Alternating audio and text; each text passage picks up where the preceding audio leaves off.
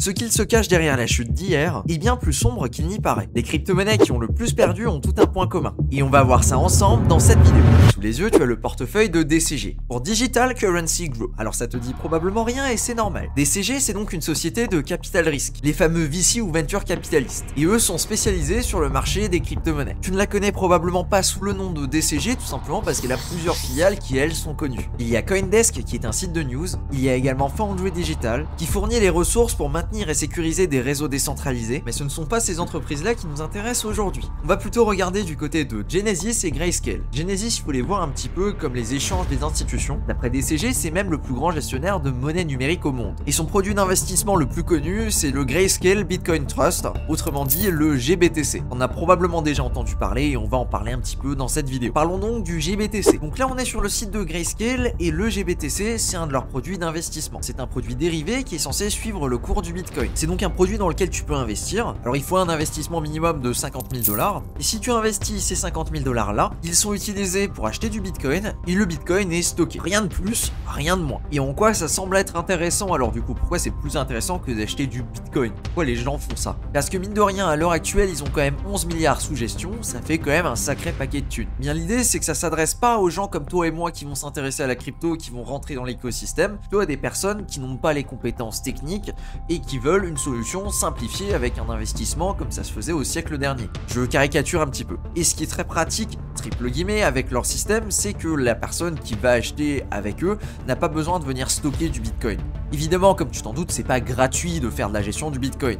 Alors pour nous aussi, mais eux, vu que c'est une boîte, ils s'arrangent pour le monétiser. Il y a des frais qui s'appliquent sur la position que tu poses dessus, et ces frais-là sont de 2% par an. Autrement dit, c'est une super tactique pour faire de l'argent sur le dos de personnes qui commencent à s'intéresser à la crypto, mais pas trop, et donc qui comprennent absolument pas ce qu'ils font. Et là, t'es peut-être en train de te dire que c'est juste un gros fonds d'investissement qui fait des affaires avec des gros fonds d'investissement. C'est ça, sauf que ça a des conséquences bien réelles. Juste ici, tu as la différence entre le GBTC et le Bitcoin. Si la courbe est au-dessus de 0, ça veut dire qu'il y a un premium sur le GBTC, et donc qu'il trade à une valeur supérieure à sa valeur sous-jacente en Bitcoin. Et s'il est en dessous de 0%, ça veut dire que le GBTC a un discount, c'est-à-dire qu'il a une valeur inférieure à la valeur de Bitcoin qu'il est censé détenir. À l'heure actuelle, le discount est d'environ 50%. Alors là, tu pourrais dire, bah les gens, ils ont juste à venir vendre leur GBTC et à venir récupérer les bitcoins qu'ils sont censés avoir derrière, non? Pas ça le move le plus logique à faire maintenant? Eh bien oui, dans un monde normal, c'est ce qu'il faudrait faire. Sauf que malheureusement, non, ce n'est pas possible. C'est écrit quand tu signes le contrat, les rédemptions de parts ne sont tout simplement pas autorisées à l'heure actuelle. Les personnes qui ont acheté du GBTC sont donc otages finalement. Et spoiler alerte, acheter un produit d'investissement qui est calqué sur le Bitcoin,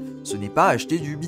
Je te laisse imaginer que les clients ne sont absolument pas contents et qu'un jour peut-être on aura ça qui va nous tomber sous le nez. Que les fonds qui sont bloqués en BTC chez Grayscale seraient peut-être vendus pour remettre à flot les utilisateurs qui ont investi dans le GBTC. Et ça représente une quantité non négligeable de Bitcoin. Mais si seulement c'était le seul problème que DCG avait.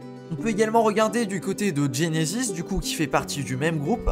Et cette entreprise-là qui fonctionne un petit peu comme un Binance, donc comme un échange, eh bien le 16 novembre dernier, ils ont bloqué les retraits des clients, en citant comme excuse qu'on a des conditions sans précédent au niveau du marché. Et ça, c'était suite à la chute de FTX. Et il y a également eu différents communiqués de leur part qui, je cite, cherchaient à éviter à avoir à remplir le papier pour déclarer banqueroute. Autant te dire qu'ils sont dans une position plutôt douteuse. Et dans tout ça, quel est le rapport avec la première image que je t'ai montrée et pourquoi toutes ces crypto-monnaies-là se sont effondrées? Eh bien le point commun de ces crypto-monnaies-là, c'est qu'elles se retrouvent en grosse quantité dans le portefeuille de DCG, ou plus précisément dans les différents portefeuilles des filiales de DCG. Que ce soit des deals parce que ces entreprises-là étaient des VC, des ventures capitalistes, ou alors parce qu'elles ont investi en masse et cru dans certains projets, eh bien ces entreprises possèdent désormais une quantité folle de crypto-monnaies, mais ces crypto-monnaies-là ont perdu une valeur délirante par rapport au moment là où elles ont été acquises. Le plus gros exemple, c'est le Filecoin, qui a vu sa valeur la plus élevée à environ 240 $, et qui à l'heure actuelle se trade à 3 $.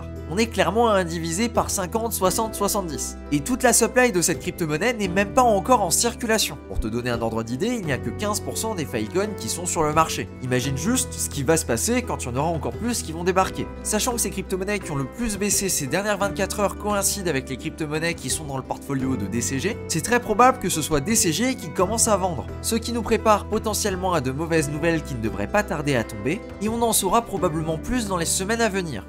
En ce moment, j'ai l'impression qu'il y a un afflux énorme de mauvaises nouvelles qui tombent sur les crypto-monnaies en permanence. Ça fait environ 2 mois que ça s'enchaîne et que ça ne s'arrête pas. J'espère sincèrement qu'on est bientôt au bout de tout ça et qu'on en aura fini avec toutes ces entreprises et tous ces projets qui mettent la clé sous la porte. On ne le répétera jamais assez, not your keys, not your bitcoin. À travers toutes ces mauvaises nouvelles, il y a une quantité énorme de fausses informations qui circulent. Si tu veux voir comment les identifier, je te recommande cette vidéo qui s'affiche à l'écran. Merci de ton attention, c'était Cryptomage. A plus pour une prochaine vidéo.